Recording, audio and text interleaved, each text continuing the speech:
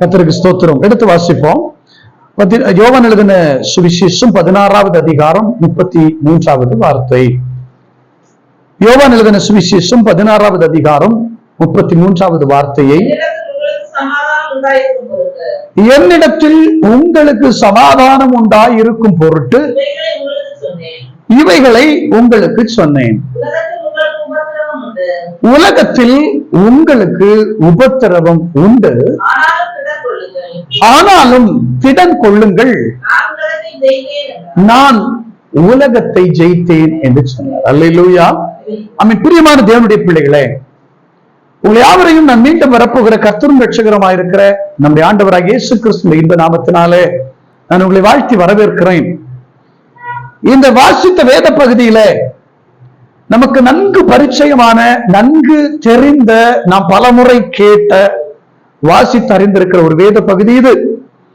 உலகத்திலே உங்களுக்கு உபத்திரவம் உண்டு, ஆனாலும் திடன் கொள்ளுங்கள், நான் உலகத்தை ஜெயித்திருக்கிறேன். கர்த்தருக்கு ஸ்தோத்திரம். பிரியமானவர்களே, ஆண்டவராக இயேசு கிறிஸ்து இங்கே நமக்கு சொல்லுகிற ஒரு வார்த்தை, நீங்கள் திடன் கொள்ளுங்கள், தைரியப்படுங்க, தைரியமா இருங்க. இந்த உலகத்தில் நடக்கிற பல விஷயங்கள் நம்மை தைரியம் இழக்க செய்து விடுகிறது. பல நேரங்கள்ல வாழ்க்கையில தைரியத்தை இழந்து போய் வாழ்க்கையே வேண்டாம்னு சொல்லுகிறவர்கள் இருக்கிறார்கள். சமீபத்துல நான் ஒரு கல்யாண வீட்டுக்கு கர்த்தருடைய வார்த்தையை பிரசங்கிக்க அழைக்கப்பட்டிருந்தேன். அங்கு வந்திருந்த அந்த மாப்பிள்ளை வீட்டு போதகர் ஒரு காரியத்தை குறிப்பிட்டார். அவருக்காக கொடுக்கப்பட்ட அந்த குறிப்பிட்ட நேரத்துல ஒரு சில காரியங்களை குறிப்பிட்டார். அதுல ஒன்று, மற்றவர்களுடைய வாழ்க்கையின் தோல்வியை கண்டு, மற்றவருடைய வாழ்க்கையில் நடக்கிற பிரச்சனைகளை கண்டு, இன்னைக்கு தனக்கு அப்படிப்பட்ட ஒரு திருமண வாழ்க்கை வேண்டாம், இப்படிப்பட்ட ஒரு வாழ்க்கைக்குள்ள நான் போக விரும்பல, ஏன்னா பக்கத்து வீட்டுல இவங்களுக்கு இப்படி ஒரு தோல்வி, எதிர் வீட்டுல இப்படிப்பட்டவங்களுக்கு இப்படி ஒரு தோல்வி, குடும்பத்துல இப்படிப்பட்டவங்களுக்கு இப்படி ஒரு தோல்வி என்று கண்டு தன்னுடைய வாழ்க்கையில திருமணம் வேண்டாம் அல்லது வேறொரு காரியம் வேண்டாம் என்று ஒதுங்கி பயந்து விலகி போகிறவர்கள் இன்னைக்கு அதிகமாக இருக்கிறார்கள் என்று அந்த தேவ மனிதர் குறிப்பிட்டார். இன்னைக்கு நான் அதை நிதானித்து பார்க்கிறேன். அநேகருடைய வாழ்க்கையில இருக்கிற ஒரு பிரச்சனை என்ன அப்படின்னா, மற்றவர்களுடைய காரியங்களை, தோல்விகளை, பயத்தை கண்டு நான் இனி அதுல தலையிட விரும்பவில்லை என்று ஒதுங்கி விடுகிறோம். நான் உங்களுக்கு ஒண்ணு சொல்லட்டுமா? நம்ம கண்ணுக்கு முன்னாடி நிறைய ஆக்சிடென்ட் வருது, நிறைய பஸ் குளத்துல கவுந்துருச்சு, ரோட்டில் அடிச்சிருச்சு, மரம் விழுந்துருச்சு, அதெல்லாம் நம்ம கேள்விப்படுறோம். அதுக்காக நம்ம பஸ் ஏறாம இருக்கிறோமா? பஸ்ல போகாம இருக்கிறோமா? நம்ம யோசித்து பாருங்க. ட்ரெயின் ஒன்றோடு மோதி பெரிய பெரிய விபத்துகள் ஏற்படுகிறதெல்லாம் நம்ம கேட்கிறோம், கேள்விப்படுறோம், பார்க்கிறோம். அதுக்காக நம்ம ட்ரெயின்ல போகாம இருக்கிறோமா? இல்ல. ஆனா வாழ்க்கையில் வரும்போது மட்டும் மற்றவருடைய தோல்விகளை பார்த்து நானும் இந்த வாழ்க்கைக்குள்ள போக விரும்பல, இப்படிப்பட்ட பிரச்சனைக்குள்ள நான் போய் தலையிட விரும்பல, ஒதுங்கி நின்றுக்கிறேன் என்று நம்ம சொல்லுகிறோமே. இதெல்லாத்தையும் விட ஆவிக்குரிய வாழ்க்கையில இன்னைக்கு நிறைய பேர் கர்த்தருக்காக பிரகாசிக்க முடியல, ஆண்டவருக்காக ஓட முடியல, ஒதுங்குறாங்க. ஏன் அப்படின்னு கேட்டா, இது மாதிரி ஓடின அநேகர் விழுந்து விட்டார்கள், அநேகர் வாழ்க்கையில தோல்வி அடைந்து விட்டார்கள், அதனால நானும் அது போல போய் தோல்வி அடைந்து விடக் கூடாது என்று சொல்லி ஊழியம் செய்ய மறுக்கிறவர்கள், ஆராதிக்க மறுக்கிறவர்கள், சபைக்கு ஒழுங்கா வர மறுக்கிறவர்கள். இன்னைக்கு நான் உங்களுக்கு சொல்லுகிறேன், ஆண்டவராகிய இயேசு கிறிஸ்து நமக்கு சொல்லுகிறார், நீங்கள் திடன் கொள்ளுங்கள். மற்றவர்களை பார்த்து பயப்படுகிற, மற்றவர்களை பார்த்து உங்களை நீங்கள் காயப்படுத்திக் கொள்ளுகிறவர்களானால் இன்னைக்கு ஆண்டவர்களுக்கு சொல்லுகிறார், தைரியமா இருங்க, நான் உங்க கூட இருக்கேன். உலகத்தை ஜெயித்தவர் நம்மோடு இருக்கிறார், பிசாசை ஜெயித்தவர் நம்மோடு இருக்கிறார், மரணத்தை ஜெயித்தவர் நம்மோடு இருக்கிறார், சாத்தானையும் சாபத்தையும் பாதாளத்தையும் ஜெயித்த கடவுள் நம்மோடு இருக்கிறார். இதை விட வேற என்ன இருக்க முடியும்? அல்லேலூயா சொல்லுமா? பத்தலையே, பத்தலையே. நீங்க போடுற அல்லேலூயால எதிர் வீட்டுக்காரர் ஓடி வரணும், என்னங்க ஆச்சு அப்படின்னு. அல்லேலூயா. ஆமா, கர்த்தருக்கு ஸ்தோத்திரம். அப்ப நீங்க நினைக்கிறது எனக்கு புரியுது. ஐயோ, பக்கத்து வீட்டுக்காரன் இதை கேட்டு வந்து இனிமேங்க ஆராதனை எல்லாம் முடங்கிருமா? இல்ல, அப்படிலாம் ஒண்ணும் வராது. அல்லேலூயா சொல்லுங்க. ஏன்னா இதே மாதிரி ஒரு அல்லேலூயா சத்தத்தை கேட்டு ஒரு கூட்டம் வந்துச்சு. வேத புத்தகத்துல அப்போஸ்தலர் நடவடிக்கைகள்ல 2ஆம் அதிகாரத்துல ஒரு சம்பவம் இருக்கு. அங்க ஆவியானவர் இறங்கி வந்த போது ஒரு முழக்கம் உண்டாச்சு. அந்த முழக்கத்தை கேட்டு வேற பக்கத்துல, அதாவது பக்கத்துல தேவாலயத்துல ஆராதிச்சுட்டு இருந்தாங்க. ஒரிஜினலா நம்ம நினைக்கிற மாதிரி தேவாலயத்துக்கும் மேல் வீட்டறைக்கும் பக்கத்துல 10 அடி தூரம் கிடையாது. நல்லா புரிஞ்சுக்கணும். மேல் வீட்டறை இருந்த அந்த வீட்டுக்கும் தேவாலயத்துக்கும் கிட்டத்தட்ட ஒரு 1/2 கிலோமீட்டர் தூரம் இருக்கு. சரியா? இவ்வளவு தூரம் உள்ள இடத்துல 1/2 கிலோமீட்டர் தூரத்தில் இருக்கிற அங்க ஆவியானவர் இறங்கி வந்த போது ஒரு சத்தம் உண்டாச்சு. தேவாலயத்துல தொழுகை நடத்திக்கிட்டு இருந்த ஜனங்கள் எல்லாம் நேரம் எங்க வந்துட்டாங்க? இந்த வீட்டுக்கு வந்துட்டாங்க. அப்படின்னா சத்தம் 1/2 கிலோமீட்டர் இந்த பக்கத்துல கேட்டிருக்கு. அப்படின்னா இறங்கி வந்தவருடைய சத்தம் இவங்க போட்ட சத்தத்துல இல்ல, இறங்கி வந்தவருடைய சத்தத்துல ஜனங்க வந்தாங்க. ஆவியானவர் இறங்குனதுனால ஒரு சத்தம் வரும்னா, அதுக்காக ஒரு கூட்டம் நம்மளை தேடி வரும்னா அந்த கூட்டம் ரட்சிக்கப்படுங்கிறேன். அல்லேலூயா. அது நன்மையாய் மாறுங்கிறேன்.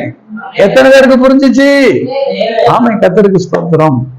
ஆவியானவர் செயல்படுகிறதுனால ஒரு புரட்சி கிளம்பும்னா அது நிச்சயமா தேசத்துல நமக்காக ஒரு பெரிய. நீங்க சொல்ற அல்லேலியா அது தெய்வத்தை மகிமைப்படுத்தும்னா அதனால வருகிற எதிர்ப்பு நமக்கு ஆசீர்வாதமா தான் முடியும். அனாவசியமா சண்டை போட்டு கத்தி கூப்பாடு போட்டு இதான் பண்ணாதான் பிரச்சனை. புரியுதா உங்களுக்கு? சரி, கர்த்தர் நல்லவர், கர்த்தர் உங்களை ஆசீர்வதிப்பார். வசனத்துக்குள்ள வருவோம். தைரியமா இருங்க, நான் உலகத்தை ஜெயித்திருக்கிறேன். இன்னைக்கு உலகத்தினுடைய காரியங்களை கண்டு, உலகத்துல நடக்கிற பிரச்சனைகளை கண்டு, உலகத்துல இருக்கிற தோல்வியை கண்டு, மற்ற மனிதர்களுடைய வீழ்ச்சியை கண்டு நானும் வீழ்ந்து விடுவேனோ, நானும் தோற்று போயிருவேனோ, என் வாழ்க்கையும் இப்படி நாசமாயிருமோ என்று நீங்கள் கலங்கினால் நான் உங்களுக்கு சொல்லுகிறேன், கர்த்தர் உங்களுக்கு சொல்லுகிறார், தைரியமா இருங்க, தைரியமா இருங்க, திடன் கொள்ளுங்கள், பலப்படுங்க. ஏன்னா உலகத்தை ஜெயித்தவர்களோடு இருக்கிறார். ஆமென். அல்லேலூயா. ஆமா, கர்த்தருக்கு ஸ்தோத்திரம். நீங்க அல்லேலூயா சொல்லலன்னா இது மாதிரி நிறைய உதாரணம் எல்லாம் சொல்லுவேன். அப்புறம் நிறைய கதை சொல்ல வேண்டியது இருக்கும், நேரம் எக்ஸ்ட்ரா போகும். பரவாயில்லையா? அப்படிலாம் போகக்கூடாதுன்னா நான் சொல்லாமலே நீங்க என்ன செய்யணும்? அல்லேலூயா சொல்லணும். என்ன? ஆமா, கர்த்தருக்கு ஸ்தோத்திரம். வார்த்தை வரும்போது அல்லேலூயாவை சொல்லுங்க, சத்தமா சொல்லுங்க, ஸ்தோத்திரம் பண்ணுங்க, கர்த்தர் உங்களை ஆசீர்வதிப்பா. சரியா? சரி, உண்மையிலே ஆவியானவர் உங்களோட பேசுறாருன்னா உங்களுக்கு சொல்றேன், நல்லா கவனிங்க. நம்ம ஊழியம் ஆவிக்குரிய ஊழியம். இது பாரம்பரிய சபை இல்ல, இது சிஎஸ்ஐயோ கத்தோலிக்க சபையோ இல்ல, இது ஆவிக்குரிய சபை. ஆவியானவர் உங்களோட உண்மையிலே இடைபடுகிறார், உங்க கூட பேசுறாரு, உங்களை உண்மையிலே சந்திக்கிறார். உங்க வார்த்தை வந்து உங்க இருதயத்தை தொடுது அப்படின்னா நீங்க ஆவியில நிரம்பி என்ன செய்யலாம்? துதிக்கலாம், கையை தட்டி அந்நிய பாஷையில கூட நீங்க ஆராதிக்கலாம். அதுக்கு எந்த தடையும் இங்க இல்ல. சொல்ற புரியுதா? கர்த்தர் பேசுகிறாருன்னா நீங்க ஆவியானவர் என்ன செய்யுங்க? நான் ஒரு ரகசியம் சொல்லித்தரேன். ஆவியானவர் உண்மையிலே நம்மோட பேசிக்கிட்டே இருக்கணும்னா ஆவியானவருடைய பிரசன்னத்தை நம்ம தூண்டிக்கிட்டே இருக்கணும். நம்ம ஆவியில நிறைவோட இருந்து ஆராதிச்சுக்கிட்டே இருந்தோம்னா, ஸ்தோத்திரத்தோட இருந்தோம்னா வார்த்தையும் நமக்காக நம்மளை தேடி வந்துகிட்டே இருக்கும். பேசுற பாஸ்டர் வெறும் டம்மியா தான் இருப்பார், ஆனா பேசுகிற ஆவியானவர் சும்மா போட்டு முழங்கிக்கிட்டே இருப்பார். சொல்ற புரியுதா? கர்த்தருடைய வார்த்தை அவ்வளவு ஆழமா நம்மளை தேடி வந்துகிட்டே இருக்கும். நமக்கே ஆச்சரியமா இருக்கும், நமக்கே ஆச்சரியமா இருக்கும். அந்த அளவுக்கு கர்த்தருடைய வார்த்தை நம்மளை தேடி வரும். கர்த்தர் நல்லவர். அல்லேலூயா சொல்லுங்க. ஆமென். கர்த்தருக்கு ஸ்தோத்திரம். கவனிங்க, வாசித்தோம், திடன் கொள்ளுங்கள், நான் உலகத்தை ஜெயித்திருக்கிறேன். ஏன்? ஏன்னா உலகத்துல என்ன உண்டு? உபத்திரம் உண்டு. ஒருவேளை உபத்திரமே இல்லாத ஒரு வாழ்க்கை எப்படி இருக்கும் அப்படின்னா, காரம், புளி, கசப்பு எதுவுமே இல்லாத ஒரு உணவு மாதிரி இருக்கும். வாழ்க்கை ஒரு மாதிரி ஒரு சுவாரஸ்யம் இல்லாம போயிடும். வாழ்க்கையில சின்ன சின்ன போராட்டங்களும் சின்ன சின்ன தேவைகளும் பிரச்சனைகளும் வரும்போதுதான் நாம் அதை எதிர்கொள்ளுகிற ஞானம் இருக்கே, நாம் அதை எதிர்கொள்ளுகிற அந்த அந்த நேரங்கள் இருக்கே, அந்த நேரங்கள்ல கர்த்தர் நம்மோடு இருக்கிறாருங்கிறத நம்ம உணர்கிறோமே, அதை விட உண்மையிலே நம்ம ஒரு பெரிய பாக்கியம் வேற இருக்க முடியாது. நீங்க அனுபவிச்சு பாருங்க. ஒரு பிரச்சனை வரும்போது அந்த பிரச்சனையின் நடுவுல கர்த்தர் நம்மோடு இருக்கிறாருங்கிறத நம்ம பார்க்கும்போது நமக்கு வருகிற ஒரு தெம்பும் தைரியமா இருக்கே, அது உலகத்துல வேற எங்கேயும் கிடைக்காது. கோடி ரூபாய் கொடுத்தாலும் கிடைக்காது. கர்த்தருக்கு ஸ்தோத்திரம். அப்போ வாழ்க்கையில போராட்டங்கள் வரும்போது, சோதனைகள் வரும்போது, வேதனைகள் வரும்போது சோர்ந்து போயிடாதீங்க. தைரியமா இருங்க. கர்த்தர் உங்க கூட இருக்கிறார். ஏன் கர்த்தர் உங்க கூட இருக்கிறார்? நான் அடிக்கடி சொல்லுவேன், ஒரு ஃபுட்பால் பிளேயரா போகிறதுக்கு படிக்க போறோம், இல்ல பிளேயருக்கு அதை நம்ம அந்த விளையாட்டுக்கு போறோம். அப்படி இல்லைன்னு சொன்னா கிரிக்கெட் இந்த மாதிரி ஏதோ ஒரு இதுக்கு போறோம், அதுக்கெல்லாம் ஒரு கோச்சிங் ஒருத்தர் இருப்பார். கோச் இல்ல, அந்த கோச்சிங் ஒருத்தர் நம்ம கூட இருந்தா நம்ம எந்த இடத்துல வேணாலும் தைரியமா செய்யலாம், நின்று விளையாடலாம். ஏன்னா கோச் எப்படிப்பட்டவர்ங்கிறத பொறுத்து தான் அது அமையும். இப்ப நமக்கு கோச்சா அமைஞ்சிருக்கிறவர் நல்ல வேர்ல்டு கப்பா வாங்கினவர்னு வைங்க, நல்ல வேர்ல்டு கப் வாங்கின ஒருத்தர் நமக்கு கோச்சா அமைஞ்சாருன்னு வைங்க, நம்ம தைரியமா கத்துக்குவோம், தைரியமா விளையாடுவோம், தைரியமா இருப்போம். போட்டி எந்த நாட்டோட போட்டி வந்தாலும் அந்த டீம் என்ன செய்யாது, பயப்படாது. ஏன்? நம்ம கோச் அந்த மாதிரி நம்மள அந்த அளவுக்கு உருவாக்கி இருக்கிறார். ஆண்டவராக இயேசு கிறிஸ்து என்கிற நம்முடைய கோச் இருக்காரு. அவர் இந்த உலகத்துல வந்து மனுஷனாய் வாழ்ந்து பாடுகள் அனுபவித்து கஷ்டப்பட்டு எல்லாவற்றையும் வாழ்க்கையில அனுபவித்து அவர் எல்லாவற்றிலும் ஜெயித்து அவர் ஜெயமெடுத்தவராய் வெற்றி கண்டவராய் இருக்கிறார். அப்போ நமக்கும் உதவி செய்ய அவர் வல்லவராய் இருக்கிறார். அவர் நம்ம கூட இருக்கிறபடினால் நீங்க தைரியமா இருங்க, பயப்படாதீங்க. இயேசு சொன்னார், நான் உலகத்தை ஜெயித்திருக்கிறேன்.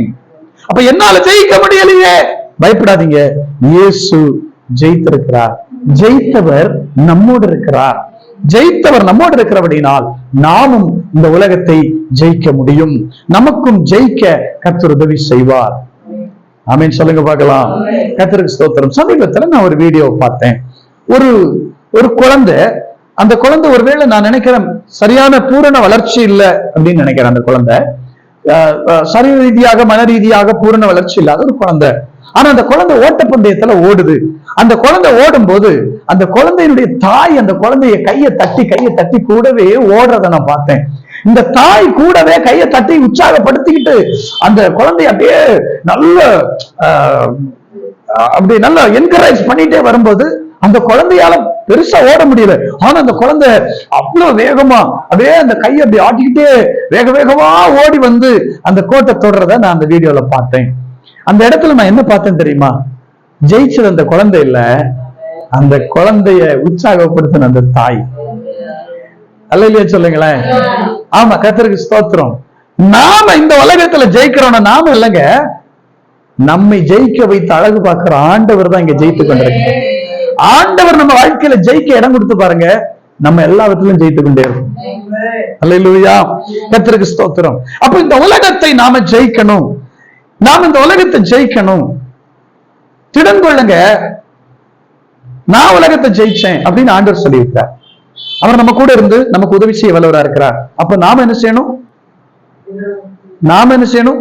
இந்த உலகத்தை ஜெயிக்கணும். ஜெயிக்கணுமா வேண்டாமா? நாம ஜெயிக்க வேண்டுமானால் வாசிப்போம். யோவான் எழுதின 1வது நிருபம் 5வது அதிகாரம் 4-5 வசனங்களை வாசிப்போம். 1 யோவான் 5வது அதிகாரம் 4-5 வசனங்கள்.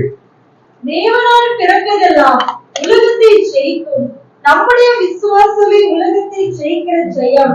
இயேசுவானவர் தேவனுடைய குமாரன் என்று விசுவாசிக்கிறவனே அன்றி உலகத்தை ஜெயிக்கிறவன் யார்? அல்லேலூயா. இந்த வசனத்தை நல்லா கவனமா கேளுங்க. தேவனாலே பிறந்தவன் உலகத்தை என்ன செய்கிறான்? ஜெயிக்கிறான். உங்களுடைய விசுவாசமே உலகத்தை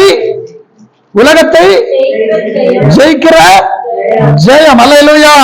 அப்ப நாம விசுவாசித்தால் நாம ஜெயிக்கலாம். இந்த உலகத்தை ஜெயிக்கணும்னா நமக்கு என்ன தேவைங்க? என்ன வேணும்? நம்மகிட்ட இருக்கா? விசுவாசம் இருக்கா? நம்ம விசுவாசத்தை யார் மேல வச்சிருக்கோம்? இன்னைக்கு நம்ம எங்கெல்லாம் விசுவாசம் வச்சிருக்கோம்னு சொல்லட்டுமா? சபையில வந்தா பாஸ்டர் மேல விசுவாசம் வச்சிருக்கோம், கரெக்டா? நம்ம கையில இருக்கிற காசு மேல விசுவாசம் வச்சிருக்கோம், நமக்கு தெரிஞ்ச சில பெரியவங்க மேல விசுவாசம் வச்சிருக்கோம். இன்னும் சொல்லட்டுமா, நம்ம எதுல எல்லாம் விசுவாசம் வச்சிருக்கோம்னு? சிலர் கடுகுல விசுவாசம் வச்சிருக்காங்க தெரியுமா? வசனம் சொல்லுகிறது, கடுகளவு விசுவாசம் இருந்தால் மலையை பார்த்து பெயர்ந்து போ அப்படின்னு. ஆனா நம்ம ஆட்கள் நிறைய பேரு கடுகுல விசுவாசத்தை வச்சிருக்காங்க. 1/4 கிலோ கடுகு எடுத்து தடகி போட்டா எல்லாம் சரியா போயிடும். இப்ப நம்ம விசுவாசத்தை எங்க வச்சிருக்கோம்? எங்க வச்சிருக்கோம்? இன்னைக்கு மனிதர்கள் மேல, போதகர்கள் மேல, இல்ல ஏதோ ஒரு வஸ்துக்கள் மேல நம்முடைய விசுவாசத்தை வச்சிருக்கோம். ஆனா விசுவாசத்தை எங்க வைக்கணும்? கர்த்தர் பேரில், ஆண்டவர் மேல விசுவாசம் வச்சு அவரை விசுவாசிக்கிறவர்கள் இந்த உலகத்தை என்ன செய்வார்கள்? ஜெயிப்பார்கள். அந்த வசனத்தை 4வது வசனத்தை மறுபடியும் படிப்போம். தேவனால் பிறப்பதெல்லாம் உலகத்தை ஜெயிக்கும். தேவனால பிறப்பதெல்லாம் உலகத்தால் இந்த உலகத்தை ஜெயிக்க. நம்ம இப்ப இந்த உலகத்துல நம்ம ஜெயிக்க என்ன செய்யணும்? தேவனால் பிறக்கணும். அப்புறம் பார்ப்போம். 2வது, நம்முடைய விசுவாசமே உலகத்தை ஜெயிக்கிற ஜெயம். அல்லேலூயா. 5வது வசனத்துல சொல்லுகிறது, இயேசுவானவர் தேவனுடைய குமாரன் என்று விசுவாசிக்கிறவனே அன்றி உலகத்தை ஜெயிக்கிறவன் யார்? அப்ப நீங்க எதை விசுவாசிக்கணும்? இயேசு தேவனுடைய குமாரன் என்று விசுவாசிக்கணும். இயேசு பிதாவினால் அனுப்பப்பட்டவர் என்று விசுவாசிக்கணும். இயேசுவும் பிதாவும் ஒன்றாயிருக்கிறார்கள் என்று விசுவாசிக்கணும். இயேசுவை அல்லாமல் இந்த உலகத்துல வேற ஒன்றையும் தேவன் இயேசுவை அல்லாமல் வேற ஒன்றையும் கொண்ட தேவன் இந்த உலகத்துல ஒன்றையும் உண்டாக்கவில்லை என்று நீங்க விசுவாசிக்கணும். ஏன்னா வேதம் அப்படித்தான் சொல்லுகிறது, அவராலே அல்லாமல் ஒன்றை என்ன செய்யல தேவன் உண்டாக்கவில்லை, அவரை கொண்டுதான் எல்லாவற்றையும் உண்டாக்கினார். அல்லேலூயா. ஆமென். கர்த்தருக்கு ஸ்தோத்திரம். அப்போ நமக்கு இந்த உலகத்துல ஜெயிக்கணும்னா நமக்கு என்ன தேவை? விசுவாசம் தேவை. ஆமென். கர்த்தருக்கு ஸ்தோத்திரம். ஏங்க ஆமென், இந்த உலகத்துல நாம ஜெயிக்க ஏன் ஜெயிக்கணும்? அதே 5:19 வாசிங்க. நாம் தேவனால் உண்டாயிருக்கிறோம் என்றும் உலகம் முழுவதும் பொல்லாங்கனுக்குள் கிடக்கிறது என்றும் அறிந்திருக்கிறோம். உலகத்தை ஏன் ஜெயிக்கணும்? ஏன் உலகத்தை ஜெயிக்கணும்? உலகம் எங்க இருக்கு? எங்க இருக்கு? பொல்லாங்கனுக்குள்ளே, பிசாசுக்குள்ளே இருக்கிறது. அவனை குறித்து சொல்லுகிற போது அவன் நல்லவன் அல்ல, அவன் பொல்லாங்கன். பிசாசு யாரு? சொல்லுங்க, பிசாசு யாரு? இன்னைக்கு பிசாச நல்லவன்னு சொல்றவங்க நிறைய பேர் இருக்காங்க. பிசாச ஆராதிக்கிறவங்க இருக்காங்க. சாத்தான் கோயில் என்று சொல்லி, சாத்தான் சபை என்று சொல்லி சாத்தானை சபை கட்டி ஆராதிக்கிறாங்க. சாத்தான் ஆலயம் இருக்கிறது. ஆமா, பிசாசுக்கு இன்னைக்கு ஜனங்கள் பெருகி கொண்டே பெருத்து கொண்டே இருக்கிறார்கள். கர்த்தருக்கு ஸ்தோத்திரம். நல்லா புரிஞ்சுக்கிடுங்க, இந்த உலகம் எங்க கிடக்கு? பொல்லாங்கனுக்குள். அதனால தாங்க இந்த உலகம் பல விஷயத்துல நமக்கு பொல்லாங்காய் நின்று கொண்டிருக்கிறது. இந்த உலகம் நமக்கு நல்லதா தெரியுதா? தெரியுதுன்னா நீங்க தப்பான இடத்துல இருக்கீங்கன்னு அர்த்தம். இந்த உலகம் உங்களுக்கு சரின்னு தெரியுதா அப்படின்னா நீங்க எங்க இருக்கீங்க தெரியுமா? பொல்லாங்கனுக்குள் இருக்கிறீங்க. நாற்றத்துக்குள் இருக்கிற ஒருவனுக்கு நாற்றம் தெரியாது. இப்ப நான் போட்டிருக்கிற சட்டை வேர்வை நாற்றம் அடிக்குதுன்னு வைங்களேன், அது எனக்கு தெரியாது. ஆனா நான் போய் குளிச்சுட்டு சுத்தமானதுக்கு அப்புறம் இந்த ட்ரெஸ் எடுத்து போட நான் கொண்டு வரும்போது அந்த நாற்றம் எனக்கு தெரியும். அப்ப சுத்தமாயிருக்கிறவனுக்கு நாற்றம் என்னன்னு தெரியும். நாற்றத்துக்குள்ளேயே இருக்கிறவனுக்கு நாற்றம் தெரியாது. பொல்லாங்கனுக்குள் இருக்கிறவனுக்கு இந்த உலகம் சரின்னு தெரியும். ஆனா கிறிஸ்துவுக்குள் இருக்கிற ஒருவனுக்கு மட்டும்தான் இந்த உலகம் பொல்லாங்காய் தெரியும். ஏனென்றால் காரணம் சொல்லுகிறேன், கிறிஸ்துவுக்குள் இருக்கிறவனுக்கு விரோதமாய் இந்த உலகம் போராடி கொண்டிருக்கிறது. சொல்லுங்க, கிறிஸ்துவுக்குள்ள இருக்கிற ஒரு மனிதனை கிறிஸ்துவுக்குள்ள இருக்க விடாம அவனை கிறிஸ்துவுக்குள்ள இருந்து வெளியில கொண்டு வரணுங்கிறதுக்காக இந்த உலகம் போராடி கொண்டிருக்கிறது. அப்ப சாத்தான் என்ன பண்றான்? ஒரு மனிதனை தேவனை விட்டு பிரிக்கிறதற்கு, ஒரு மனிதனை தேவனை விட்டு பிரிக்கிறதற்கு, கிறிஸ்துவனுடைய அன்பை விட்டு பிரிக்கிறதற்கு அவன் என்ன பண்றான் தெரியுமா? இப்ப எல்லாம் போராட்டத்தை அனுமதிக்கிறதே இல்லை தெரியுமா? ஒரு காலத்துல பிரச்சனை வந்தா, வியாதி வந்தா, பலவீனம் வந்தா, கஷ்டம் வந்தா நேரம் எங்க ஓடுவாங்க? பாஸ்டரை பார்க்கிறதுக்கு, சர்ச்சுக்கு ஓடுவாங்க. ஏன்? போய் ஜெபம் பண்ணா சரியாயிடும். ஒரு வியாதி வந்துருச்சு, நேரம் முதல்ல யாரை போய் பார்ப்போம்? சபையில போய் ஊழியக்காரரை போய் பார்த்து ஜெபம் பண்ணிட்டு அதுக்கப்புறம் தான் அடுத்த காரியத்தை பார்ப்போம். ஒரு வீடு கட்டுறோம், முதல்ல யாரை பார்ப்போம்? போதகரை போய் பார்ப்போம். ஒரு கல்யாண காரியம் எடுக்கிறோம், முதல்ல யாரை போய் பார்ப்போம்? ஊழியக்காரரை போய் பார்ப்போம். அல்லது நம்ம ஒரு சம்பாத்தியம், ஒரு பிசினஸ் தொடங்குறோம், அல்ல வேற ஒரு தொழில் தொடங்குறோம். எந்த ஒரு காரியத்துக்கும் முதல்ல நம்ம யாரை போய் பார்ப்போம்? ஒரு காலத்துல ஊழியக்காரரை போய் பார்த்தோம், போதகரை போய் சந்திச்சோம், போய் சொல்லி ஜெபித்தோம், ஜெபிச்சு ஒவ்வொரு காரியத்தையும் நம்ம முன்னெடுத்தோம். கர்த்தருக்கு ஸ்தோத்திரம். வியாதி வந்துச்சு, சபைக்கு போனோம், உபவாச ஜெபம். ஐயோ, இன்னைக்கு போய் ஜெபித்தா என் வியாதி விலகும். அல்லது வேற ஒரு போராட்டம், உடனே என்ன பண்றோம்? சபைக்கு போனா இன்னைக்கு ஜெபம் இருக்குது, போய் ஜெபித்தா எனக்கு ஒரு விடுதலை கிடைக்கும். அப்படி இருந்தோம். ஆனா இத சாத்தான் பார்த்தான். அவன் உடனே ஸ்ட்ராட்டஜியை மாத்துறான். அவன் என்ன நினைக்கிறான் தெரியுமா? இவங்களுக்கு ஒரு வயிற்று வேதனையோ, அல்லது இவங்களுக்கு ஒரு பண போராட்டமோ, அல்லது இவங்களுக்கு வேற ஒரு பிரச்சனையோ கொடுத்தோம்னா இவங்க நேரம் என்ன பண்ணிடுறாங்க? வண்டி கட்டி சர்ச்சுக்கு ஓடிடுறாங்க, பாஸ்டர் போய் பாத்துறாங்க, ஜெபம் பண்றாங்க, உபவாசம் போடுறாங்க, ஜெபித்து சரி பண்ணிடுறாங்க. ஆக இவங்களை கடவுளை விட்டு பிரிக்கணும். வியாதியை கொடுத்தா பிரிக்க முடியல, பிரச்சனையை கொடுத்தா பிரிக்க முடியலன்னு தெரிஞ்ச பிசாசு இப்ப என்ன பண்றான் தெரியுமா? வருமானத்தை கொடுக்கிறான், ஆசீர்வாதத்தை கொடுக்கிறான், உயர்வை கொடுக்கிறான், மேன்மையை கொடுக்கிறான். இங்கதான் கவனமா இருக்கணும். உள்ளாங்கன் நம்மை இழுத்து போடாதபடிக்கு ஜாக்கிரதையா இருக்கணும். ஒரு அம்மா சொல்லுது, எந்தனா அம்மாமே இன்னும் ஆராதனைக்கு வராத்தே அப்படின்னு கேட்டப்ப அந்த அம்மா சொன்னாங்க, ஐயோ பாஸ்டர் இப்ப വീട് പണി തീർന്ന് അതിന്റെ ശരിക്കും അതിന്റെ ഇത് തീർന്നിട്ടില്ല, അപ്പുറത്തെ വാതിൽ അങ്ങ് തുറന്നു കിടക്കുക. അതങ്ങനെ ഇട്ടിട്ട് ഞാൻ എങ്ങനെയാ അവിടെ ആരാധന ഒരു 3 മണിക്കൂർ അവിടെ ഇരിക്കണ്ടേ, അതിനകത്ത് ഇവിടെ എന്തെങ്കിലും സംഭവിച്ച? எனக்கு கோபம் வந்தது, ஆனாலும் கோபத்தை காட்ட முடியாது இல்லையா? அப்ப அந்த அம்மா கிட்ட അതിനകത്ത് കർത്താവ് വന്നാൽ അമ്മാമ എന്ത് ചെയ്യുമെന്ന് கேட்டு. அர்த்தம் புரியாதவங்களுக்காக நான் விளக்குறேன். புதுசா வீடு கட்டி இருக்கிறாங்க, அங்க சிலதெல்லாம் திறந்து கிடக்கு, இது அப்படியே போட்டுட்டு நாங்க நினைச்ச முடியாது. ஆராதனைக்கு வந்த 3 மணி நேரம் அங்க இருப்போம், அந்த நேரத்துல இங்க ஏதாவது நடந்துட்டா என்ன பண்றதுன்னு. அதான் நான் உங்ககிட்ட கேட்டேன், அந்த 3 மணி நேரத்துல ஆண்டவர் வந்துட்டாருன்னா சபையில இருக்கிறவன் போயிடுவான், வீடை கட்டிட்டு இருக்கிறவன் வீட்டுக்குள்ளதான் இருக்கணும். அல்லேலூயா. ஆமா, இயேசு கிறிஸ்து ஒரு ஊமை சொன்னார். உங்களுக்கு ஞாபகம் இருக்கா? இயேசு கிறிஸ்து ஒரு ஊமை சொன்னார். என்ன தெரியுமா? ஒரு ராஜா தன்னுடைய மகனுக்கு கல்யாணம் ஏற்பாடு பண்ணினார். அந்த கல்யாணத்துக்கு அழைப்பு விடுத்தார். அவருக்கு வேண்டப்பட்ட நண்பர்களுக்கு, உறவினர்களுக்கு, தெரிஞ்சவங்களுக்கு, பெரியவங்களுக்கு எல்லாம் அழைப்பு விடுத்தார். ஆனா கல்யாணத்துக்கு அன்னைக்கு காலையில பார்த்தா ஒருத்தரையும் காணும்.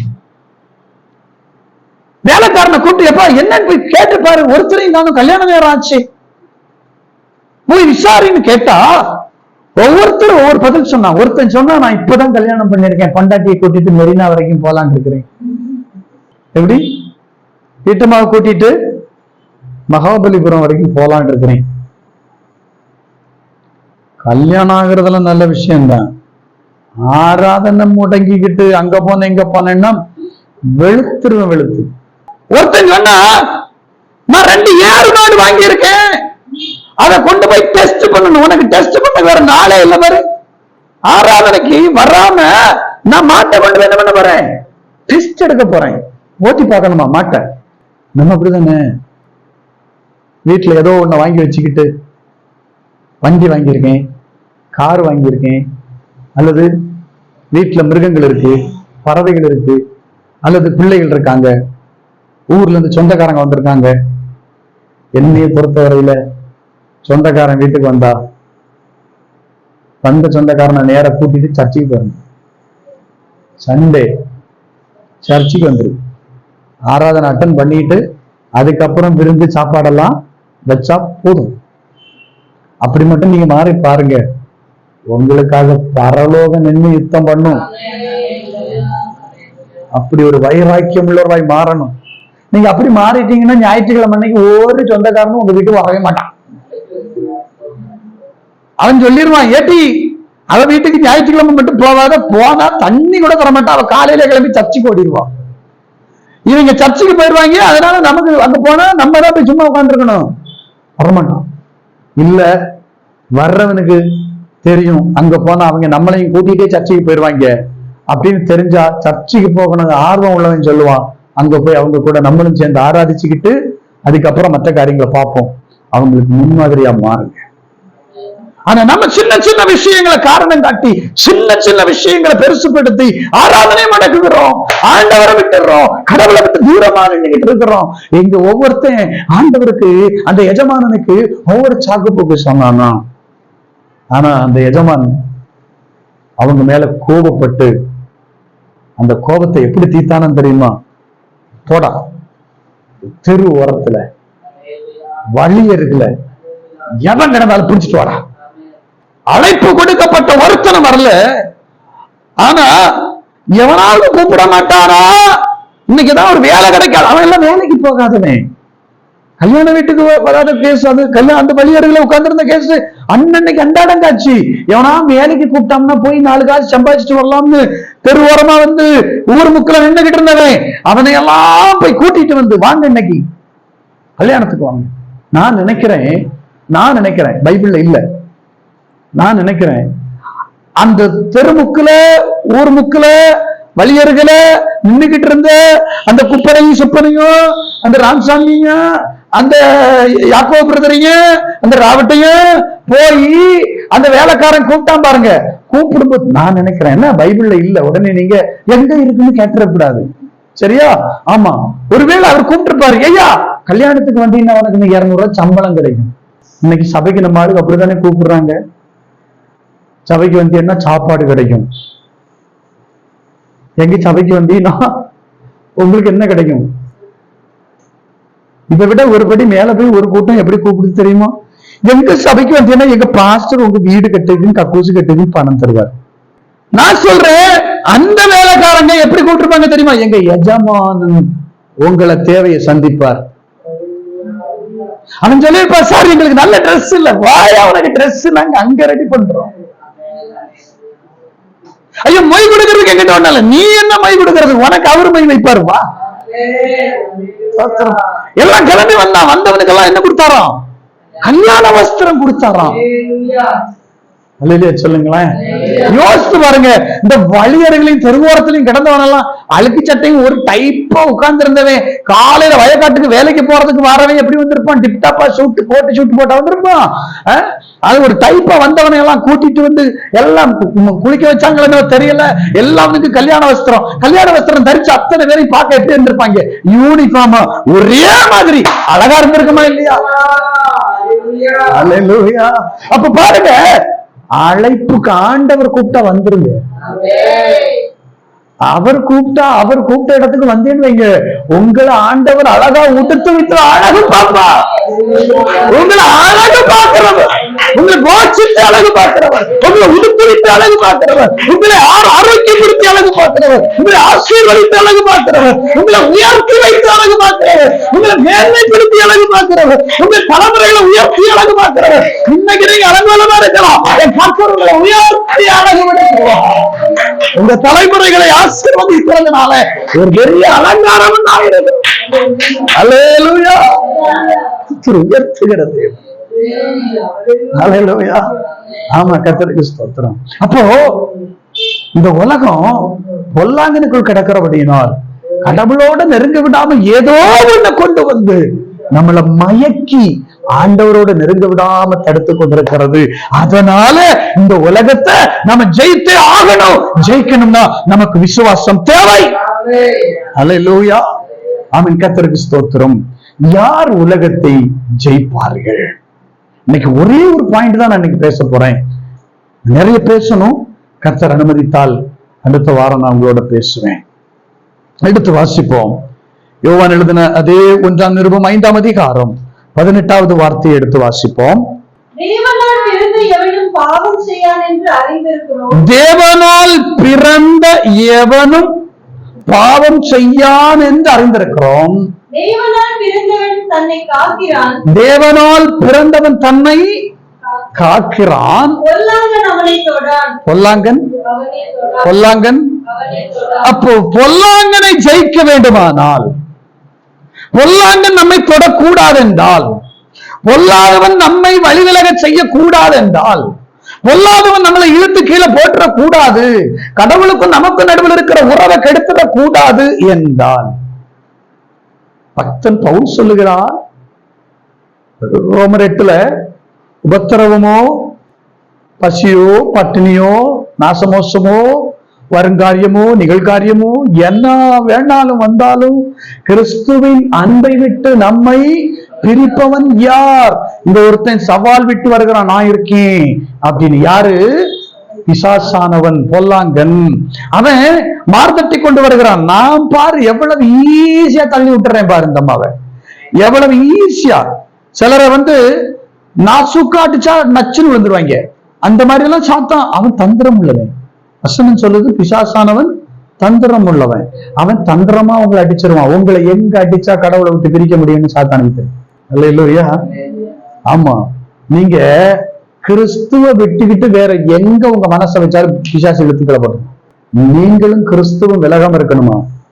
உங்களுக்கு சொல்றேன், இந்த உலகத்துல இருக்கிற எதை காட்டிலும் எனக்கு கடவுள் தான் முக்கியம், இயேசு தான் முக்கியம்னு நீங்க இயேசுவுக்கு மட்டும் முக்கியத்துவம் கொடுத்து பாருங்க. பொண்டாட்டிக்கு, பிள்ளைக்கு, புருஷனுக்கு, ஆடு மாடுக்கு, அப்புறம் வண்டி வாகனத்துக்கு, சம்பாத்தியத்துக்கு, வருமானத்துக்கு, வீட்டுக்கு, சாப்பாட்டுக்குன்னு முக்கியத்துவம் கொடுக்காம கர்த்தருக்கு முக்கியத்துவம் கொடுத்து பாருங்க.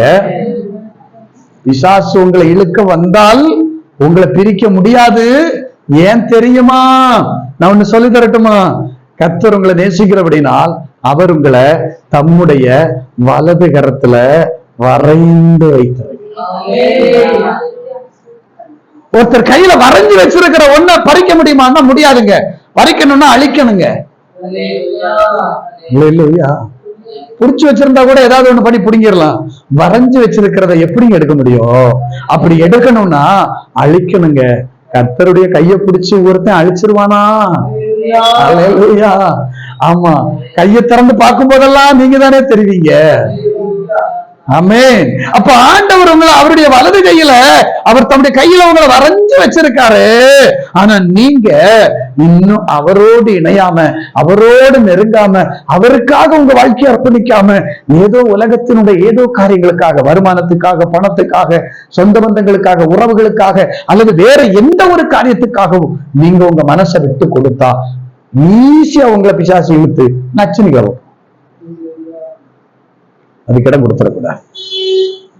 பொல்லாங்கன் உங்களை தொடக்கூடாதுன்னா நீங்க என்ன செய்யணும்? அந்த வசனத்தை மறுபடியும் படிப்போம். தேவனால் பிறந்த எவனும் பாவம் செய்யான் என்று அறிந்திருக்கிறோம். தேவனால் பிறந்தவன் தன்னை காக்கிறான், பொல்லாங்கன் அவனை தொடான். பிசாசு உங்களை தொற்றக்கூடாது. நீங்க அதுல இருந்து வெளியில வரணும். நீங்க அதுல ஜெயிக்கணும். அப்படின்னா நான் ரெண்டு விஷயம் சொல்றேன்.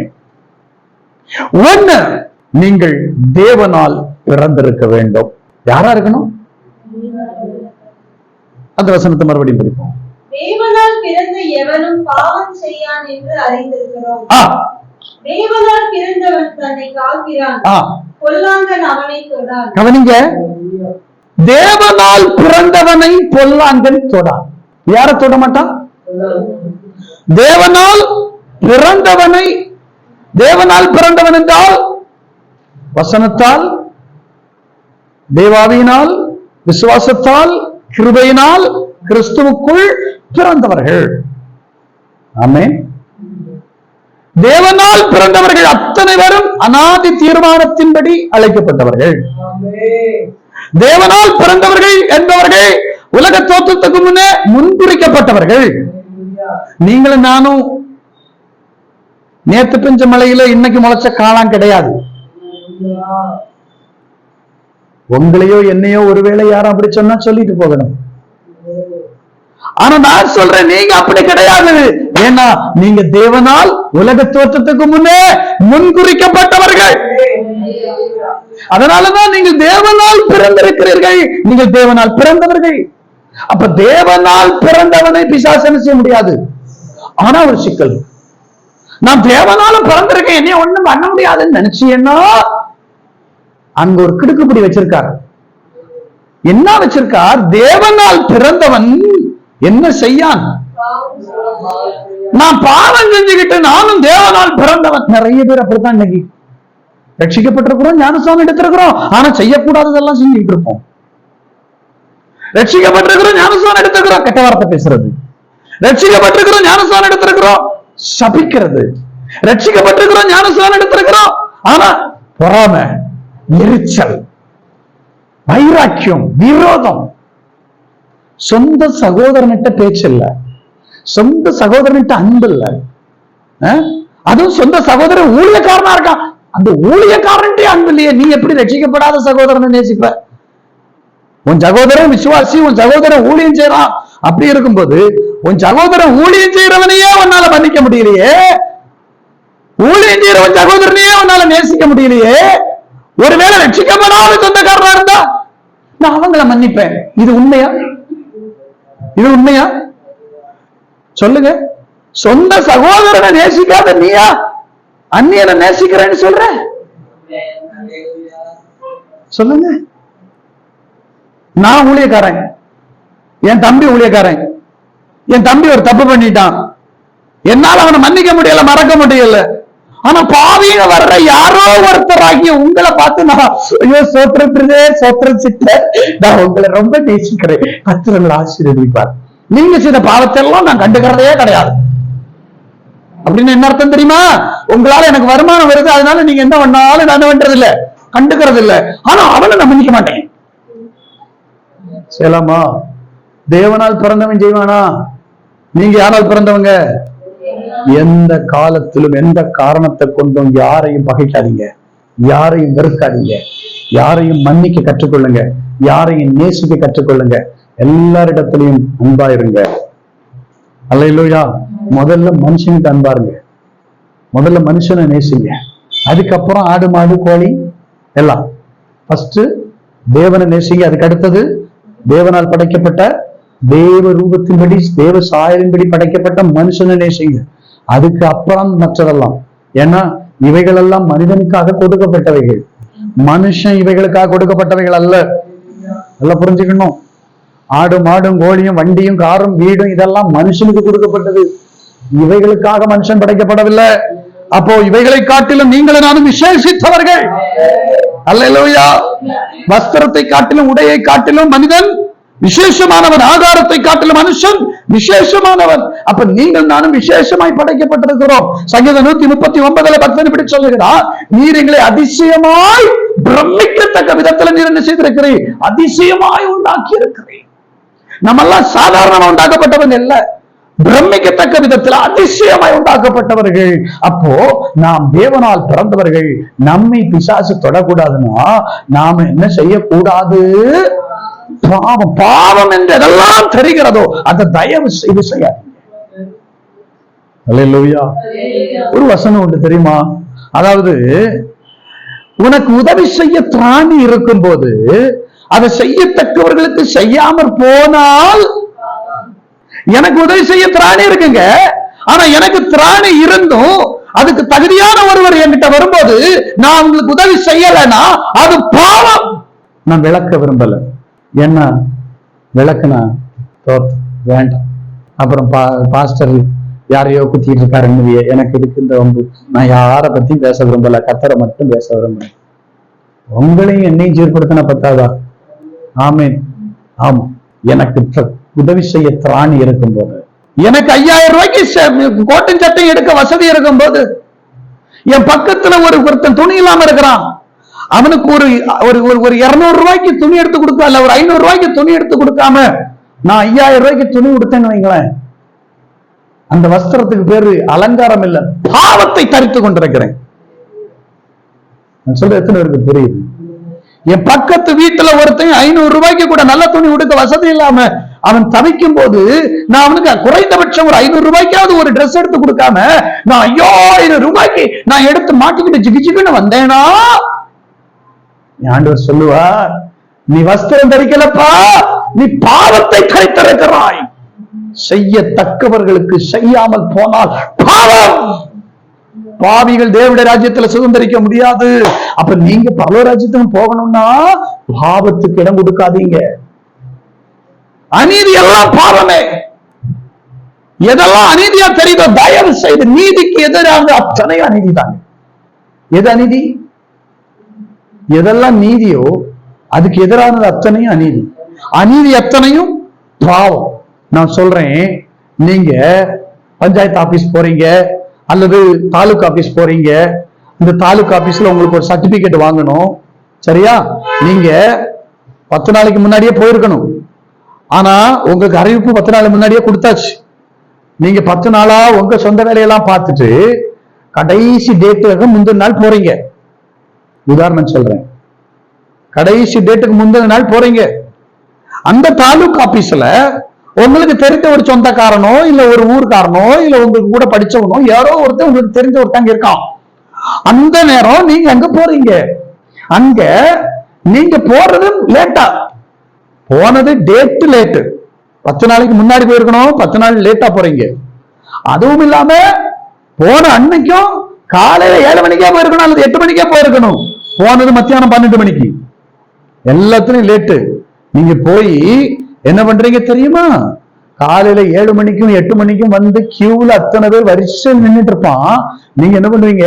அந்த உள்ள அந்த சரவணன் இருக்கானா பாரு அப்படின்னு அவனை கூப்பிட்டு, டே தம்பி ஒண்ணு ரெடி பண்ணி கொடுத்துறேன்னா அப்படின்னு அவன்கிட்ட சைட்ல கொடுத்து, அப்படி இல்லைன்னா தெரிஞ்ச எவனா ஒரு பியூன் ஒருத்தன் இருந்தானா அவன் சைட்ல கொஞ்சோல 100-200 தள்ளி இந்த கியூல நின்றுகிட்டு இருக்கிற இவன் எல்லாம் உங்களுக்கு இழிச்சவாயன், நீங்க திறமைசாலி, அங்க போய் ஈஸியா சர்டிபிகேட் வாங்கிட்டு வந்துடுறீங்க. இது நீதியா? இது நீதியா? இது நீதியா? அநீதியானால் அநீதி அனைத்தும் பாவமே. இப்ப சொல்லுங்க, நீங்க சர்டிபிகேட் வாங்கிட்டு வந்தது சரியா பாவமா? இப்படி ஒவ்வொன்றையும் கிறிஸ்தவன் நிதானிக்க ஆரம்பித்தால் கிறிஸ்தவம் கிறிஸ்துவை வெளிப்படுத்தி கொண்டே இருக்கும். இது அவன் செய்யறான், இவன் செய்யறான், அந்த பாஸ்டர் பண்றாரு, இந்த பாஸ்டர் பண்றாரு, அந்த விசுவாசி பண்ற, யார் என்ன வேணாலும் பண்ணிட்டு போகட்டும், நீங்களும் நானும் பண்ணக்கூடாது. அல்லேலூயா. நம்ம சபையின் மக்கள் இந்த தவறை பண்ணக்கூடாது. தேவனுக்கு முன்னால எது நீதியோ அதை செய்யுங்க. அநீதின்னு தெரிஞ்சா அதை செய்யாதீங்க. அநீதி அத்தனையும் பாவம். பாவம் செய்கிறவன் தேவனால் பிறந்தவனா இருக்க முடியுமா? தேவனால் பிறந்தவன் பாவம் செய்ய. அல்லேலூயா. இரண்டாவது, சாத்தா உங்களை தொடக்கூடாது, பொல்லாங்க உங்களை தொடக்கூடாது. ஏன்னா நீங்க தேவனால் பிறந்தவங்க. அப்படி தொடக்கூடாது, நீங்க ஜெயிக்கணும்னா இரண்டாவது ஒரு காரியம் அங்க சொல்லப்பட்டிருக்கு. ஒண்ணு, பாவம் செய்யக்கூடாது. இரண்டாவது, தேவனால் பிறந்தவன் அவன் தன்னை காக்கிறான். உங்களை காக்கணும், உங்க நாக்க காக்கணும், உங்க கண்ணை காக்கணும், உங்க சிந்தைய காக்கணும், உங்க வாயை காக்கணும், உங்க செவியை காக்கணும், உங்க இருதயத்தை காக்கணும். கண்டதும் வரும், பலதும் உங்களை தேடி வரும், உங்களை இழுத்து போட வரும், உங்களை விளத்தல்ல வரும், உங்களை வஞ்சிக்க வரும். இடம் கொடுத்துடக்கூடாது.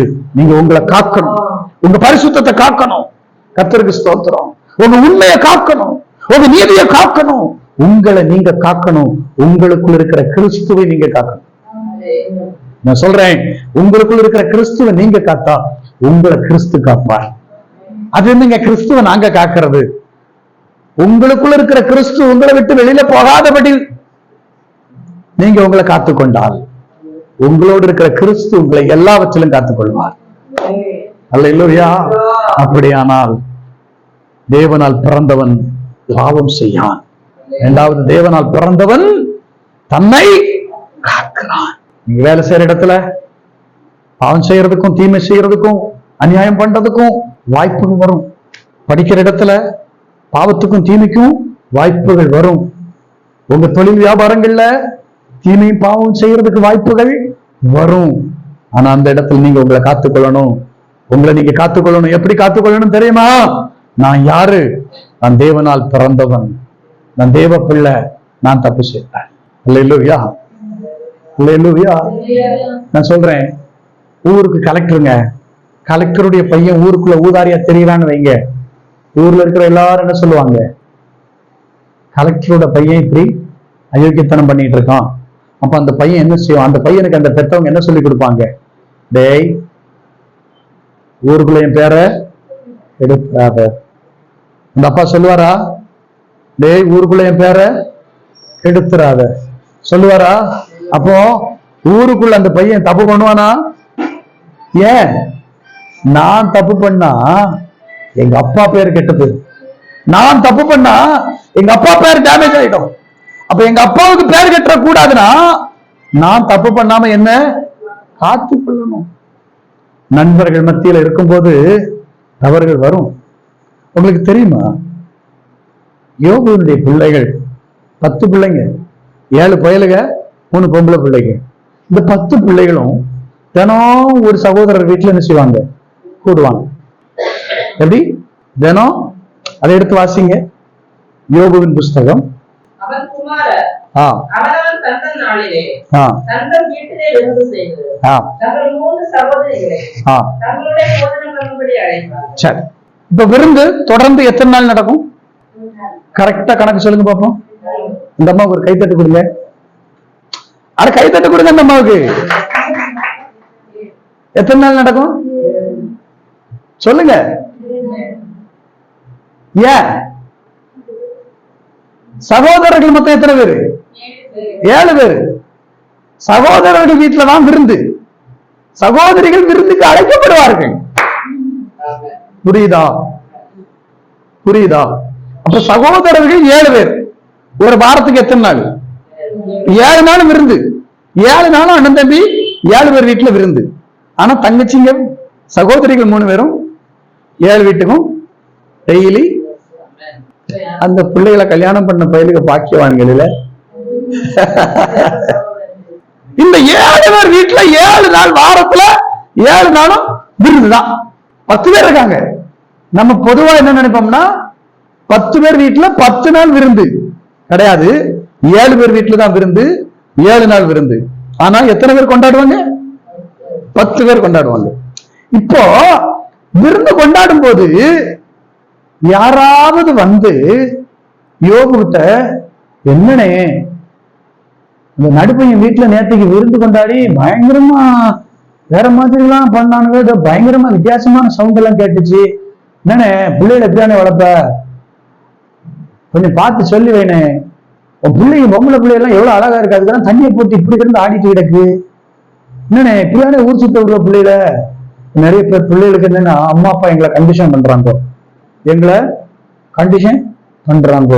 ஆமா, வீட்டுல டீ குடினா பிள்ளை தாம்பரத்துல தான் போய் டீ குடிச்சிட்டு வரும். ஆனா அம்மா கண்டிக்க கூடாது, கண்டிச்சா எங்களை கண்டிக்கிறாங்க அப்படின்னு பிள்ளைகளுக்கு கோபம் வருது. என்னமா? ஆமா, பிள்ளைகளுக்கு அப்படியே முட்டியல, எங்களை அடக்கி வைக்கிறாங்க, எங்களை ஒடுக்கி வைக்கிறாங்க. உங்களை அடக்கி ஒடுக்கி வைக்கிறது உங்க நன்மைக்காக மட்டும். நன்மைக்காக மட்டும். ஏன் தெரியுமா? வேற ஒருத்தன் வந்து பெத்தவங்க கிட்ட சொல்லிடக்கூடாது, உங்க பிள்ளைகளை நான் இந்த இடத்துல பார்த்தேன், உங்க பிள்ளைகளை நான் இந்த இடத்துல பார்த்தேன்னு யாரும் சொல்லிடக்கூடாது. அல்லேலூயா. உங்களை நீங்க காத்துக்கொள்ளணும். யோபுவின் பிள்ளைகள் ஒரு நாள் கூட அப்படிப்பட்ட ஒரு தகவலை யாரும் வந்து சொல்லல. ஆனா கூட அந்த தகப்பனுக்குள்ள ஒரு பயம் இருந்துச்சு. ஒருவேளை என் பிள்ளைங்க விருந்து மயக்கத்துல, சந்தோஷ மிகுதியில ஒருவேளை கடவுளை எங்கேயாவது தூஷித்து ஏதாவது வார்த்தை சொல்லிருப்பாங்களோ. அவன் எப்படி வளர்த்திருக்கான்? தெய்வ பயத்தோட பிள்ளைகளை வளர்த்திருக்கான். அவன் தினமும் தன் பிள்ளைகளுக்காக என்ன செய்வானா? பலியிடுவானா. ஆனா அந்த பிள்ளைகள் பாருங்க, யாரும் தப்பு பண்ணாங்கன்னு இதுவரைக்கும் யாரும் யோபு கிட்ட வந்து என்ன செய்யல, சொல்லல. பிள்ளைகள் தங்களை காத்துக் கொள்ளுகிறார்கள். தேவனால் பிறந்தவன் தன்னை காக்கிறான். உங்களை நீங்க காக்கணும், உங்க வாயை காக்கணும். சில நேரம் கோவம் வரும்போது என்ன பேச, சிலருக்கு அப்படிதாங்க, கோவம் வரும்போது என்ன பேசுறேன்னு தெரியாது, என்ன வேணாலும் பேசி விட்டுருவாங்க. அதுல பொதுவா நான் பார்த்திருக்கிறேன், சகோதரிகள் கோவம் வந்தாச்சுன்னா போதும், எப்பவுமே ஆம்பளை பிரச்சனையை தொடங்குறான்னு வைங்களேன், அந்த அம்மா கேட்கும், கடைசியா என்னங்க சொல்றீங்க, முடிக்க தொடங்கிருக்கவே மாட்டான். ஆனா அந்த அம்மா அப்படி கிடையாது. அது எங்க தொடங்கும் தெரியுமா? 10 வருஷத்துக்கு முன்னாடி, 10 வருஷத்துக்கு முன்னாடி இவர் பேசுனதை தொடங்கும். எப்பெல்லாம் சண்டை வருதோ அப்பெல்லாம் பாத்தீங்கன்னா 5 வருஷத்துக்கு முன்னாடி உள்ள அந்த பழைய பேலன்ஸ் எல்லாம் தூக்கிட்டு வரும். கோபம் வரும்போது அப்படியே தேடுது. ஆனா நேத்தைக்கு படிச்ச வசனம் மனசுல நிற்கல. போன வாரம் நான் என்ன பிரசங்கிச்சேன்னு கேட்டா தெரியல. ஆனா 5 வருஷத்துக்கு 10 வருஷத்துக்கு முன்னாடி நடந்த சண்டை, 5 வருஷத்துக்கு முன்னாடி குல்ஃபி வாங்கி கொடுக்கலங்கிறது ஞாபகம் வச்சிருக்காங்கல்ல, இருக்கலாமா? அப்போ என்ன வேணாலும் வாயில வர்றது பேசலாமா? காக்கணும். ஏன்? நீங்க தேவனால் பிறந்தவர்கள், நீங்க தேவ பிள்ளைகள். சிலர் எல்லாம் பாத்தீங்கன்னா யாருக்கும் புத்தி சொல்லும், மிரட்டுற மாதிரியே புத்தி சொல்லுவாங்க, பார்த்திருக்கீங்களா? அது மெயினா பிள்ளைகளை. ஆமா, பிள்ளைகளை இது பண்ணும் போதெல்லாம் அப்படியே மிரட்டுற மாதிரியே, அப்படியே அவங்கள ஒரு மாதிரி, நான் செத்துருவேன், நான் எல்லாம் இருக்க மாட்டேன், நான் உயிரோடு இருக்க மாட்டேன் ஒண்ணு சொல்லி, அதுக்கு செத்துருமா? இது சீக்கிரம் சாகாது, இது எல்லாரையும் போட்டுட்டு தான் போகும். ஆனா மிரட்டிக்கிட்டே ஒரு கிழவி எங்க வீட்டு பக்கத்துல ஊர்ல, அது என்ன பண்ணும்னா, மூத்தவளுக்கு சீக்கிரமே கல்யாணத்தை எடு, நான் ஜாகிறதுக்கு முன்ன அவ கல்யாணத்தையாவது பார்த்துட்டு போயிடுறேன். கிழவிக்கு பேச்சை கேட்டு அது சாகிறதுக்கு முன்ன பாவம் ஆசையா பேர பிள்ளைக்கு கல்யாணத்தை பார்த்துட்டு போட்டோம்னு மூத்ததுக்கு கல்யாணம் எடுத்தாச்சு. போகல, ரெண்டாவது பொண்ணுக்கும் கல்யாணம் நடத்தி அதே டயலாக் விட்டு ரெண்டாவது பொண்ணுக்கும் சட்டு புட்டுன்னு பார்த்து கட்டி வச்சிட்டாங்க. மூணாவது பையன், அவனுக்கு அதே டயலாக் விட்டியா, கிளவி நீ சொல்லியே சாவ மாட்டேங்க, இங்க பாரு நீ செத்ததுக்கு அப்புறம் தான் நான் கல்யாணம் பண்ணுவேன்ட்டான். அது எடைய சாவ சொல்லிட்டான். அந்த பெயரை எப்படியெல்லாம் வளர்த்தேன் அப்படின்னு அது ஆரம்பிச்சிருச்சு. அதுக்கப்புறம் அதை சமாதானப்படுத்தி, இல்ல பாட்டி அவன் இந்த அர்த்தத்துல சொல்லல அப்படின்னு அதை சொல்லி புரிய வைக்கிறதுக்குள்ள போதும் ஆகி போச்சு. மிரட்டுற துணியில பிள்ளைகள் என்ன செய்யக்கூடாது, வாயை காக்கணும். உங்க வார்த்தைகள் கிருபை நிறைந்ததா இருக்கும். வசனம் சொல்லுது, உங்க வார்த்தைகள் உப்பினால் சாரம் ஏறப்பட்டதா, உங்க வார்த்தைகள் ஈரம் உள்ளதா இருக்கணும், கனி உள்ளதா இருக்கணும், ஞானமா பேச கத்துக்கணும். எங்க எப்படி பாயிண்ட போட்டா அவங்க அடங்குவாங்கன்னு தெரிஞ்சு பேசணும். ஆனா நம்ம அப்படி இல்லை, என்ன பேசினா அவனுக்கு அந்த, அதாவது எங்க ஊர்ல சொல்லுவாங்க ஈரகொலை வரைக்கும் தைக்கும். என்ன சொன்னா அந்த அந்த அந்த ஈரல் இருக்குல்ல உள்ள, ஆமா அந்த வரைக்கும் நறுக்குன்னு குத்துற மாதிரியே வார்த்தை. அதுக்கு அது ஒரு அபிஷேகங்க. சமயத்துக்கு ஏற்ற வார்த்தை பேச அறிந்திருக்கும் எழுதிருக்குல்ல, அப்படி அறுத்து வச்சிருப்பாங்க. இந்த நேரத்துலதான் இவனை இப்படி குத்த முடியும்னு அப்படி வார்த்தையை எடுத்து வச்சு நறுக்குன்னு உள்ள குத்தும். நாக்க காத்துக்கொள்ளுங்க. ஏன்? நீங்க தேவனால் பிறந்தவர்கள். உலகத்தானுக்கு உங்களுக்கு வித்தியாசம் உண்டு. நீங்க உலகத்தார் அல்ல, நீங்கள் உலகத்தார் அல்லாததினால் உலகம் உங்களை பகைக்கும். ஆனா நீங்க உலகத்துக்கு ஒத்து போயிடாதீங்க, உலகத்தை மாதிரியே வாழாதீங்க, உலகத்தாரை போல நீங்க பேசாதீங்க, உலகத்தாரை போல நடந்து கொள்ளாதீங்க, உலகத்தாரை போல உங்க வாழ்க்கையில ஒண்ணு இருக்காதபடி காத்துக்கொள்ளுங்க. காத்துக்கொள்ளுங்க, தேவனால் பிறந்தவன் தன்னை காத்துக்கொள்ளுகிறான். இன்னைக்கு நம்ம கண்ணை காத்துக்கொள்ளணும், செவியை காத்துக்கொள்ளணும், ரொம்ப முக்கியம். செவி ரொம்ப முக்கியம். நம்ம கூட பிறந்தவங்க, நம்ம வீட்டுல இருக்கிறவங்கள, நம்ம சகோதரங்களை கெடுத்து தேவையில்லாத வார்த்தைகள் நம்ம காதுல வரும், காத்துக்கொள்ளணும், உள்ள விட்டுறக்கூடாது. செவி இந்த எண்டை தாண்டி உள்ள போயிடக்கூடாது. யார் என்ன வேணாலும் சொல்லட்டும், உங்க செவியை காத்துக்கொள்ளுங்க. என்னன்னு சொல்றேன், உங்க செவியை காத்துக்கொள்ளுகிறதற்கு சிலர் இப்படி சோதிக்கப்படுவார்கள். ஐயோ என்ன ஆச்சு, போன வாரம் பார்க்கும்போது நல்லா இருந்த, இந்த வாரம் இன்னும் ஒரு மாதிரி கண்ணமெல்லாம் ஒட்டி போய் ஒரு மாதிரி இருக்கியன்னா உஷாராயிடணும். இல்லையா, நான் வெயிட் செக் பண்ண, அப்படி அதே வெயிட்ல தானே இருக்கேன்னு சொல்லிடணும். புரியுதா? ஆமா, அப்படியா? அந்த கண்ணாடியில போய் நின்று பார்த்தேன்னு ஏன் உண்மையிலேயே அரை கிலோ குறைஞ்ச மாதிரியே தெரியும். புரியுதா? அந்த மாதிரி வார்த்தை உள்ள வர்றதுக்கு இடம் கொடுத்துறாதீங்க. அதே மாதிரி இன்னொரு வார்த்தைக்கு இடம் கொடுத்துறாதீங்க. போன வாரத்தை விட இந்த வாரம் நீ ரொம்ப அழகா இருக்க அப்படின்னாலும் இடம் கொடுத்துடக்கூடாது. அழகா இருக்கணும், இதே போய் நின்று பார்ப்போம். இடம் கொடுத்துட்டீங்க, அவ்வளவுதான், முடிஞ்சு. விசாசு சொல்லுவான், பத்தியா நீ இவ்வளவு அழகா இருக்க, இந்த அழகுக்கு இன்னும் இந்த அழகை கூட சேர்த்தீனா, இன்னும் இதை கூட சேர்த்தீனா அப்படின்னு அதை போடு இதை போடுன்னு போட வச்சு உங்களை மொத்தமா சார்ஜ் முடிச்சு விட்டுருவான். நீங்க எப்பவுமே அழகுதான். அல்லையா சொல்லுங்க. ஆமா, அதை இன்னொருத்தர் சொல்லிதான் நீங்க அழகா தெரியணும்னு அவசியம் இல்லை. சோ உங்க செவியை காத்துக்கொள்ளுங்க, உங்க மனதை காத்துக்கொள்ளுங்க, உங்க இருதயத்தை காத்துக்கொள்ளுங்க, உங்க கண்களை காத்துக்கொள்ளுங்க, உங்க நாவை காத்துக்கொள்ளுங்க. கிடைச்சதெல்லாம் தின்னீங்கன்னா அப்புறம் ஆஸ்பத்திரியில சுகருக்கும் பிரஷருக்கும் செக் எடுத்து மருந்து கொடுத்துட்டு இருக்கணும். சொல்ற புரியுதா? நாவை காத்துக்கொள்ளுங்க. நம்ம உடம்புக்கு எது சேருமோ அதை சாப்பிடுங்க. இப்ப வெயில் காலம் ஆரம்பிச்சிருக்கு, புரியுதா? வெயில் காலம் ஆரம்பிச்சிருக்கு. இந்த நேரத்துல நான் அந்த பஜார் போனேன், இந்த பஜார் போனேன்னு கண்ட பஜார்லயும் போய் கண்ட பர்கர் பீச்சா அது இதுன்னு கண்டதையும் தின்னா தேவையில்லாததெல்லாம் வந்துடும். அப்படி வரக்கூடாதுன்னா இது வெயில் காலம், சரியா? காலத்துக்கு ஏற்ற உணவு எடுத்துக்கொள்ளுங்க. கிடைக்குதுன்னு கண்டதையும் வயிற்றுக்குள்ள போட்டு வயிற்று தயவு செய்து புண்ணாக்கிறாதீங்க. இது வெயில் காலம், இந்த காலத்துக்கு ஏற்ற உணவு எடுத்துக்கோங்க. வாயை காத்துக்கொள்ளுங்க. நாக்கு சொல்லும் ருசி ருசியா துண்டா நல்லா இருக்கும், துண்ணின்னா அப்புறம் துண்ணிடுவீங்க. சொல்றது புரியுதா? அப்படி நம்ம துண்ணீரப்படாதுன்னா தும்புறத கண்ட்ரோல் பண்ணணும். சோ வாயை காத்துக்கொள்ளுங்க, இருதயத்தை காத்துக்கொள்ளுங்க. உங்க இருதயத்துல கசப்பு, வைராக்கியம், பகை வராதபடி காத்துக்கொள்ளுங்க. சாத்தான் சொல்லுவான் 1000 இருந்தாலும் மகளே யார் வேணாலும் மறக்கலாம், நீ மறக்கப்படாது சொல்லுவான். அப்ப சொல்லணும், கசப்பையும் விரோதத்தையும் வைராக்கியத்தையும் கொண்டு வருகிற பொல்லாத பிசாசை சொல்லணும். ஏன் சொல்லணும்? நீங்க யாரு? நீங்க தேவனால் பிறந்தவர்கள். அல்லேலூயா. இந்த 2 காரியத்தை செய்யுங்க. 1, பாவத்துக்கு இடம் கொடுத்துறாதீங்க.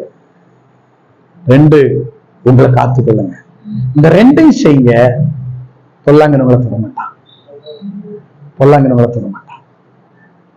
நீங்கள் தேவனால் பிறந்தவர்கள். உங்களால் இந்த உலகத்தை ஜெயிக்க முடியும். நீங்க இந்த உலகத்தை ஜெயிப்பீங்க. இந்த உலகத்துல ஒரு ஜெயமுள்ள ஒரு வாழ்க்கை வாழ்ந்து காட்டுவீங்க. உங்களை யாரெல்லாம் தோற்று போனாங்கன்னு சொன்னாங்களோ, உங்களை யாரெல்லாம் கேவலமா பார்த்தாங்களோ, உங்களை யாரெல்லாம் அற்பமாய் நினைத்தார்களோ, யாரெல்லாம் உங்களை அவமானப்படுத்தினார்களோ, அவர்கள் கண்களுக்கு வந்ததாக ஒரு வெற்றியுள்ள வாழ்க்கையை கர்த்தருக்கு கட்டளையிடுகிற காலம் வந்தது. எல்லாம் கண்களை மூடுவோம். ஆமென். கர்த்தருக்கு ஸ்தோத்திரம். திடம் கொள்ளுங்கள், நான் உலகத்தை ஜெயித்தேன் என்று இயேசு சொன்னார். இன்னைக்கு நான் உங்களோட ஒரே ஒரு பாயிண்ட் தான் பேசி இருக்கிறேன். தேவனால் பிறந்தவனை பொல்லாங்கன் சொன்னார். நீங்க தேவனால் பிறந்திருப்பீர்களானால் ஆமென் ஸ்தோத்திரம். இன்னைக்கு உங்க வாழ்க்கைய உத்து பாருங்க. பாவம் அணுகாம காத்துக்கொள்ளுங்க. உங்க வாழ்க்கையை நீங்க எல்லாவற்றிலும் காத்துக்கொள்ளுங்க. கிருபையில நிலைநில்லுங்க. ஆமென். பொல்லாங்கனவங்களை தொட முடியாது. பொல்லாங்கன் தொடர்வதற்கு ஆண்டவர் அனுமதிக்க மாட்டார். ஆமென். இந்த உலகத்தை நீங்க ஜெயித்து விடலாம். ஆமென் ஸ்தோத்திரம். 2வது உங்களுக்கு சொல்லுகிறேன், நீங்கள் தேவனால் பிறந்தவர்களானபடியினா இந்த உலகத்துல மற்ற எல்லா உறவுகளுக்கும் முன்னாலே ஆமென், எங்கெல்லாம் அவமானப்பட்டீங்களோ, எங்கெல்லாம் வெட்கப்பட்டீங்களோ, எந்த இடத்துல எல்லாம் தலைகுனிந்து நின்றீங்களோ, யாரெல்லாம் அவங்களை தரக்குறைவாய் நினைத்தார்களோ, யாரெல்லாம் நீங்க வீழ்ந்து போவீர்கள் என்று நினைத்தார்களோ, அவங்க முன்னாலே என் கர்த்தர் உங்களுக்கு ஒரு வெற்றியுள்ள வாழ்க்கையை கொடுத்து ஆமென் உங்களை ஆசீர்வதித்து அவர் கனப்படுத்தி உங்களை மேன்மைப்படுத்தி நிறுத்துவார். நீங்கள் மேன்மை அனுபவிப்பீர்கள். நீங்கள் உயர்த்தப்படுவீர்கள். என் கர்த்தர்களை உயர்த்துவார். ஒரு வெற்றியை கர்த்தர்களுக்கு வைத்திருக்கிறார். நீங்கள் உலகத்தை ஜெயிக்கிற காலம் வந்தது. எல்லாம் கண்களை மூடி தேவ சமூகத்தில் ஒப்பு கொடுப்போமா? ஹல்லேலூயா, ஹல்லேலூயா, ஹல்லேலூயா, ஹல்லேலூயா, ஹல்லேலூயா. இயேசுவின் நாமத்திலே, இயேசுவின் நாமத்திலே, இயேசுவின் நாமத்திலே, இயேசுவின் நாமத்திலே, இயேசுவின் நாமத்தில், இயேசுவின் நாமத்தில், இயேசுவின் நாமத்தில் எல்லாம் அப்படி ஒப்பு கொடுங்க பார்க்கலாம். ஆண்டவரே, நாங்கள் உம்மால் பிறந்தவர்கள், உம்முடைய நாமத்தினால, உம்முடைய இரத்தத்தினால பிறந்தவர்கள் நாங்கள், கிறிஸ்துவுக்குள் பிறந்தவர்கள் நாங்கள். ஆமென். எங்களை பிசாசு தொற்றக்கூடாது. எந்த வகையிலும் எங்களை இழுத்து பற்றக்கூடாது. எந்த வகையிலும் நாங்கள் பின்வாங்கிடக்கூடாது. எந்த வகையிலும் நாங்கள் ஆண்டவரை உன்னை விட்டு பின்வாங்கி போயிடக்கூடாது. கிருபைதாரும், கிருபைதாரும், கிருபைதாரும், கிருபைதாரும் ஆளுகை நல்ல பிதாவே, நல்ல வேளைக்காய் ஸ்தோத்திரம். அன்பு தேவ பிள்ளைகள் ஒவ்வொருவருடைய கரத்தில் ஒப்புக் கொடுக்கிறேன். இன்னைக்கு கேட்ட இந்த வசனத்தின்படி ஒரு காலம் தங்கள் வாழ்க்கையை ஆமென் தோல்விக்கு நேராக அல்ல, இவர்கள் வெற்றிக்கு நேராக ஆமென் தகப்பனை ஜெயித்த எங்கள் இயேசு எங்களோடு இருக்கிறபடினால் உம்மோடு சேர்ந்து ஆமென் இந்த உலகத்தை நாங்கள் ஜெயிக்க கர்த்தர் எங்களுக்கு கிருபை தாரும்.